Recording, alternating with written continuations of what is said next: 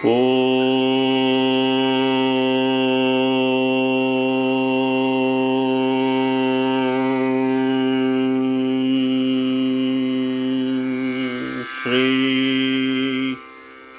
चंडिकायै नमः।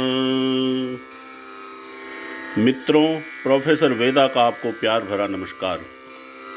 आज हम आपके लिए श्री मंगल चंडिका स्तोत्र का पाठ लेकर के आए हैं। इस संसार में बहुत कुछ, अर्थात संसार में घटित होने वाली घटनाएं या हमारे द्वारा किए गए कार्य, उनका कहीं ना कहीं संबंध हमारे अभिप्राय से, संकल्प से या हमारे किसी प्रकार के कर्म से, किए गए कर्म से अवश्य प्रेरित होता है। श्री कृष्ण भगवान गीता में कहते हैं, यो यो याम याम तनुम भक्तः श्रद्धयार्चितुमिच्छति तस्य तस्याचलां श्रद्धां तामेव विदधाम्यहम्। जो मेरा भक्त जिस भाव को लेकर के, जिस अभिप्राय को लेकर, जिस संकल्प को लेकर, जिस प्रकार से मेरी पूजा आराधना करता है, मैं उसको उसी प्रकार से, उसी अभिप्राय में, उसी कार्य की सिद्धि के लिए उसकी श्रद्धा को, उसकी पूजा को उसी प्रकार स्वयं को अर्पित करके उसको उस कार्य की सिद्धि को प्राप्त कराता हूँ। अर्थात यह संसार हमारे संकल्प से, हमारे अभिप्राय से और हमारे किए गए कर्मों के द्वारा कहीं ना कहीं प्रेरित होता है।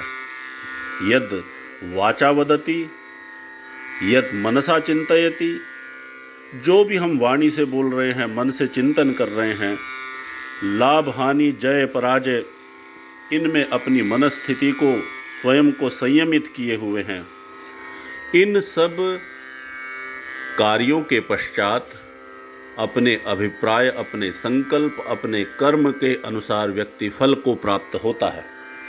अर्थात हम स्वयं की सृष्टि को, स्वयं के कर्मों को, स्वयं के एक्शंस को इस प्रकार से संसार के अंदर घटित कर रहे हैं, हमें उन कार्यों की उस रूप में वह परम शक्ति फल भी प्रदान कर रही है।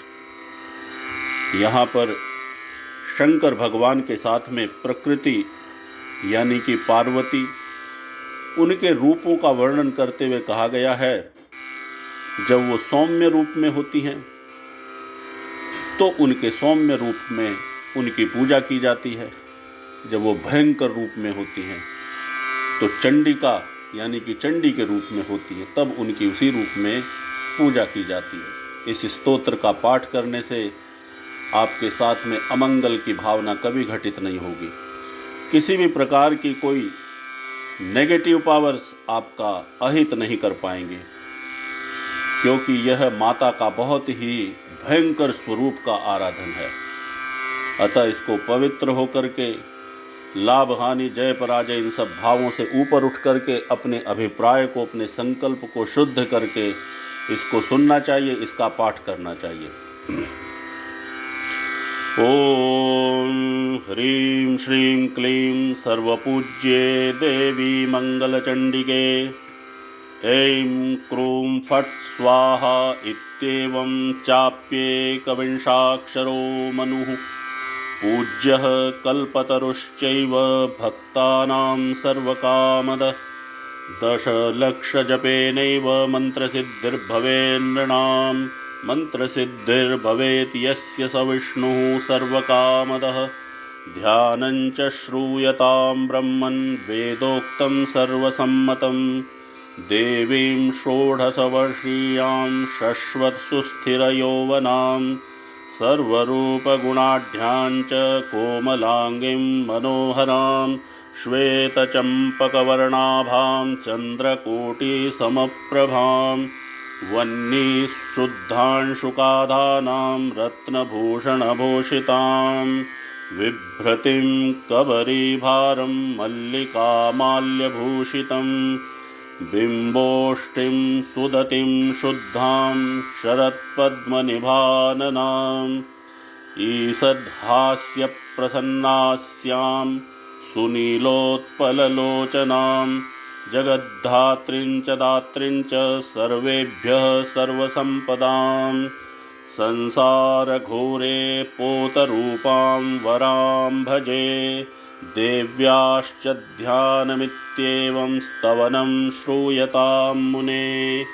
प्रयतः सङ्कटग्रस्तो येन तुष्टावशङ्करः।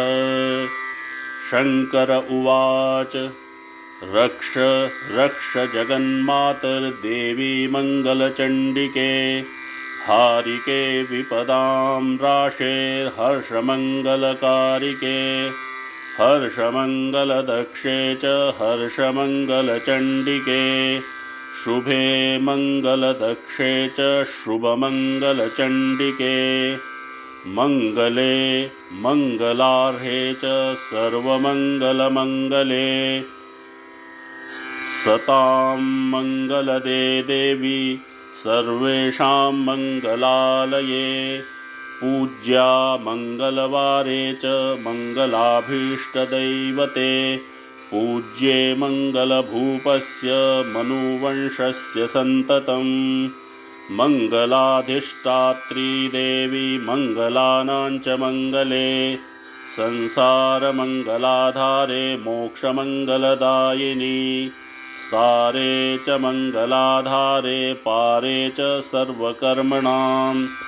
प्रतिमङ्गलवारे च पूज्ये च मङ्गलप्रदे। स्तोत्रेण अनेन शम्भुश्च स्तुत्वा मङ्गलचण्डिकां। प्रतिमङ्गलवारे च पूजां कृत्वा गतः शिवः। देव्याश्च मङ्गलस्तोत्रं यः शृणोति समाहितः। तन्मङ्गलं भवेत् शश्वन्न भवेत् तदमङ्गलम्। इति श्रीब्रह्मवैवर्ते मङ्गलचण्डिकास्तोत्रं सम्पूर्णम्।